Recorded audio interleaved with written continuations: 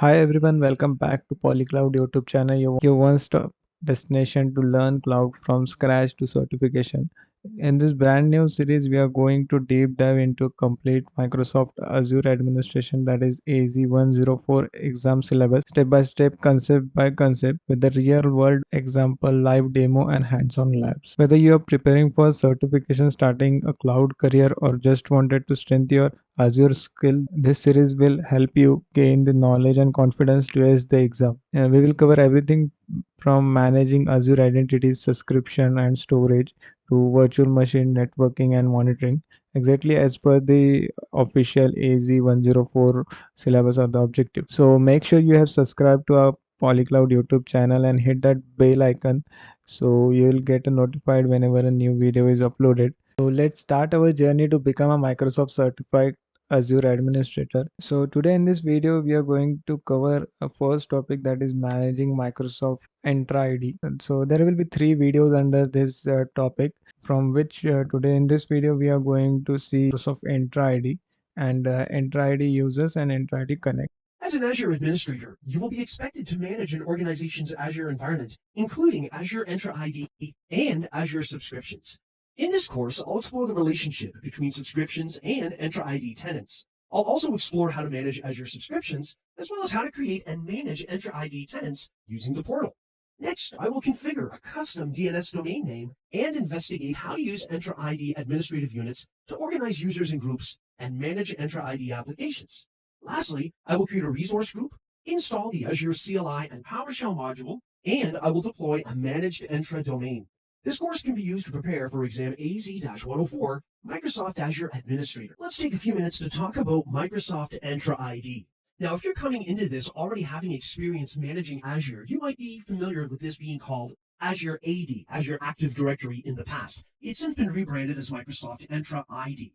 What it is, of course, is a cloud-based network database where we create things like user accounts, users directly within the Entra ID tenant, as it's called, or we can invite external users through email. We could perform a bulk import from a file that's formatted in the correct way. We could also perform a bulk invite for many external users like business partners or contractors. Of course, we can also create groups in our Microsoft Entra ID tenant to organize users together. We can, of course, facilitate things like giving permissions to access apps or to manage Azure resources themselves. Now, groups can be assigned, and this is the traditional type of group we're probably all familiar with, where you manually add members to the group. But if you have the right kind of license, you can also configure dynamic group membership for both users as well as devices. And what this means is that instead of manually adding users or devices to a dynamic group, instead you write expressions that look at the attributes of users or groups, or more precisely, the values of those attributes to determine membership. So, for instance, you could say if a user is in the city of Milan in Italy, then they should be part of the Milan users group. Of course, you have to be filling in those details when you configure users, in this example, within your Entra ID tenant. When it comes to Azure governance and how that would relate to your Azure account, we have to consider subscriptions. In the Microsoft Azure Cloud, you need a subscription before you can create any resources like virtual machines or storage accounts, web apps, and so on. Now, for larger enterprises that might use more than one Azure subscription, perhaps for different countries the organization does business in, the IT team within a country or region might have their own subscription, or maybe a subscription for development versus production environments, different projects, whatever the case is, you can organize subscriptions into what are called management groups.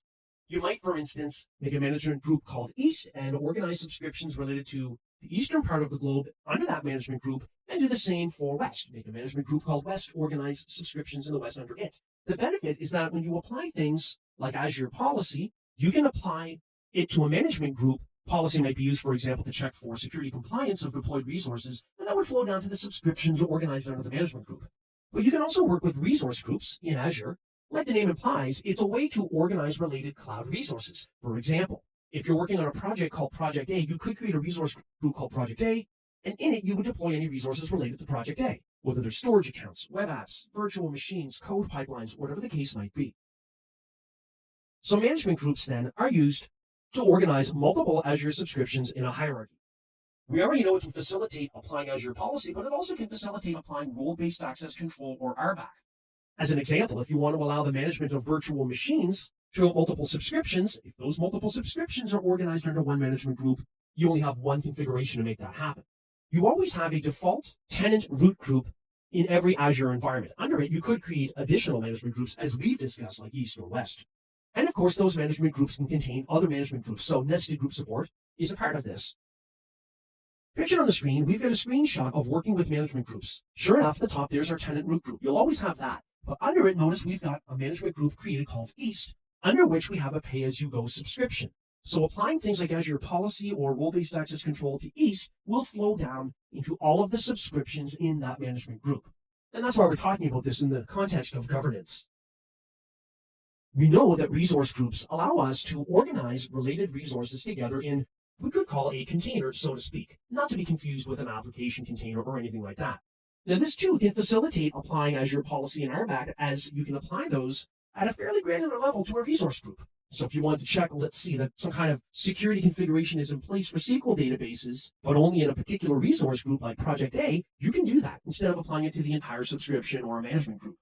The same goes, of course, with RBAC role assignments.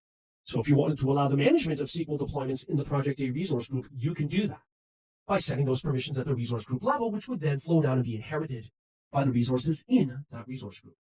You can also track costs per resource group. So at any point in time, if you want to see what your monthly spend might be for the Project A resource group, it's very easy to find out. You can also create budgets or thresholds so that when they get met, maybe you have a limited amount you want to spend per month, you can be notified, and that can be done at the resource group level. It doesn't have to be done at the entire subscription level, but it certainly can be.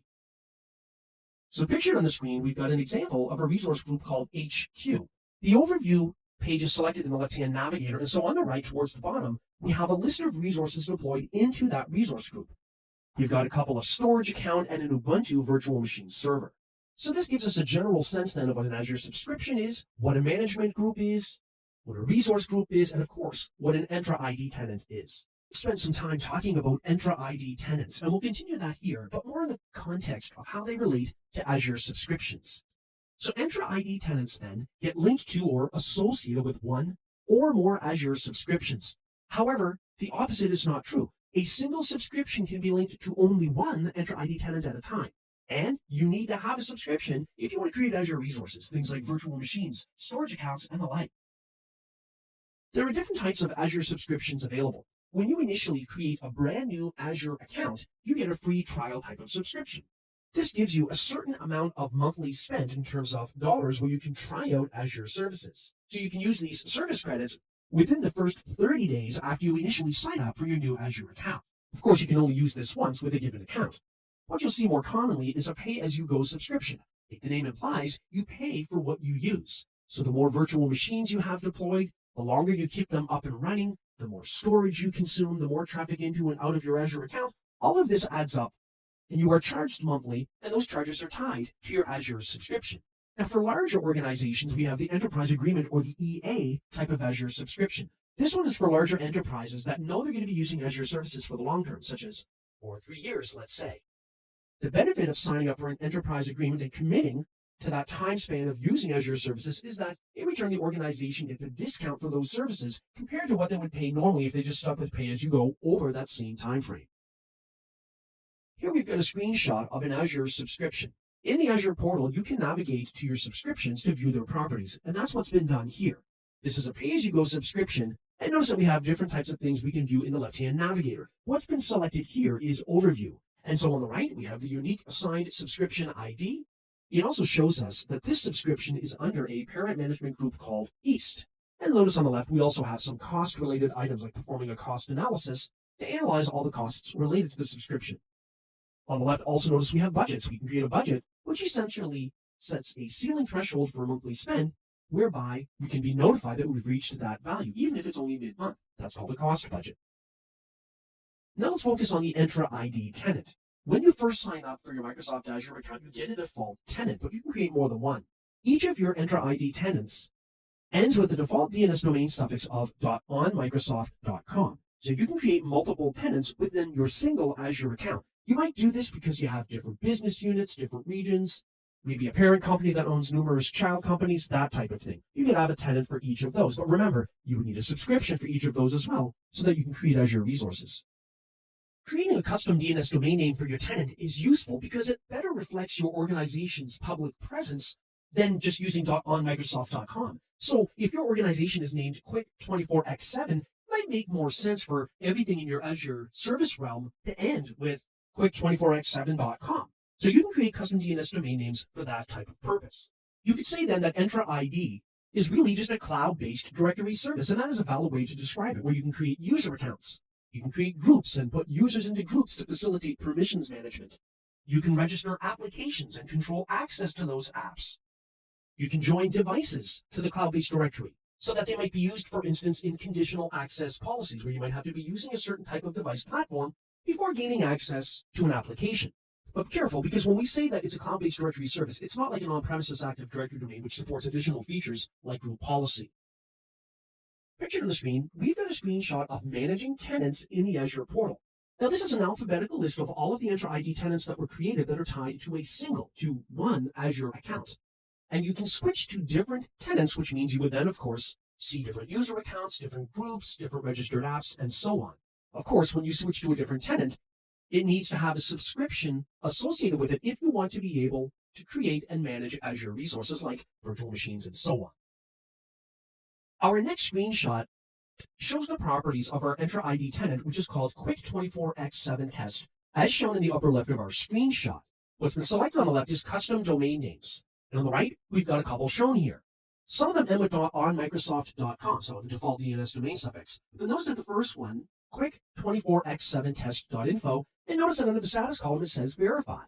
So if we were to create user accounts in our Entra ID tenant, let's say user1 as an example, we could select any of these custom domain names as the suffix. So we could end up with user1 at quick24x7test.info as the full username, the user principal name, or the UPN.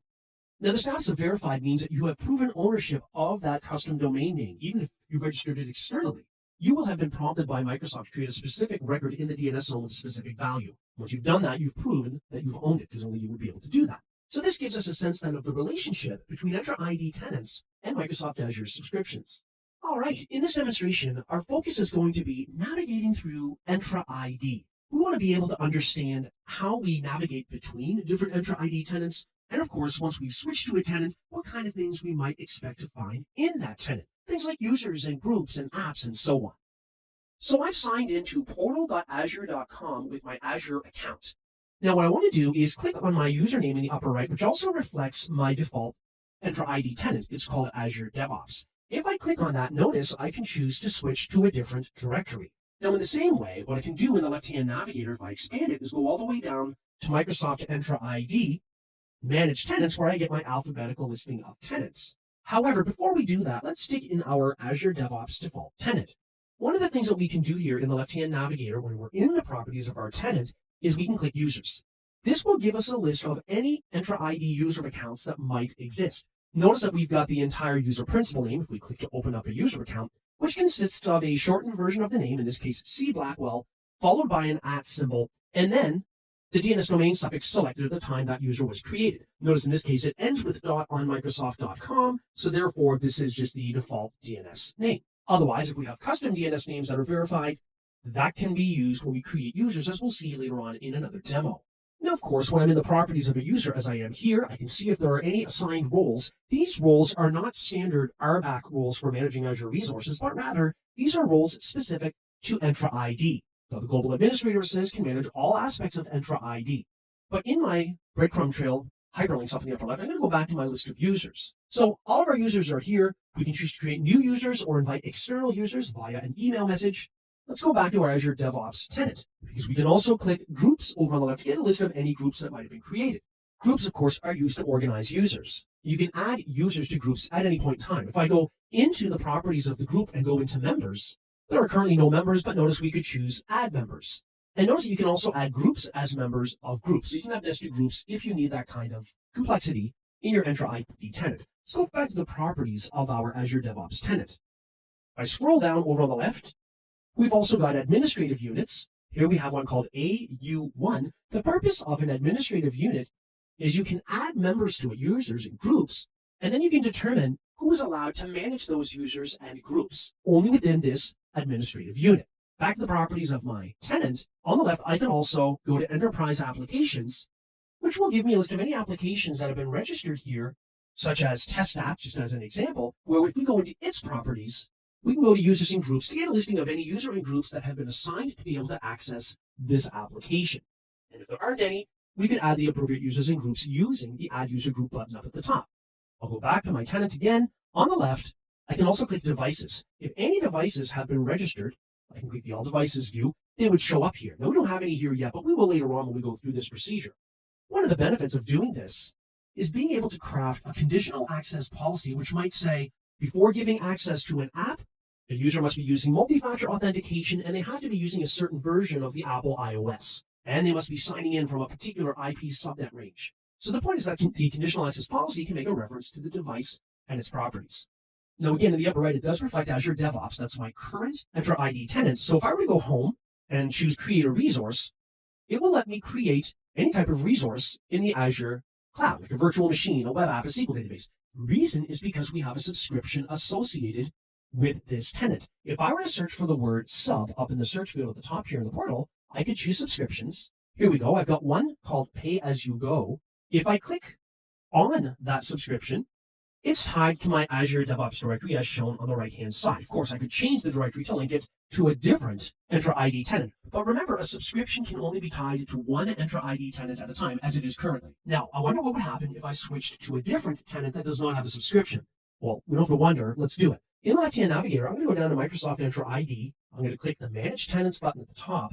And I don't know, let's say I switch to one called Fabric. So I'll put a check mark on it, and I'll choose the switch button at the top. So I'm switching to the Fabric Entra ID tenant, as evidenced here in the upper left and also in the upper right under my username. So if I go to users, I'll have a list of users specific to this tenant. Same like going to groups. It would be group specific to this Entra ID tenant, and so on. If I go home, wait a minute, this looks different. Welcome to Azure. Okay, let's go to Create a Resource. And let's go to Create a Virtual Machine. It just flips me back to the screen where it's essentially saying, you don't have a subscription, go get one. If I were to search for the word sub once again here at the top of the portal, go into subscriptions, notice the subscription, our pay-as-you-go doesn't show now because we've switched to Fabric and there are no subscriptions associated with it. So it's not very useful because we can't even deploy a virtual machine or a storage account or anything. You need a subscription tied to a tenant before you can deploy resources. So that's the end of our little tour on how to navigate through Entra ID and kind of how it works in terms of its relationship to an Azure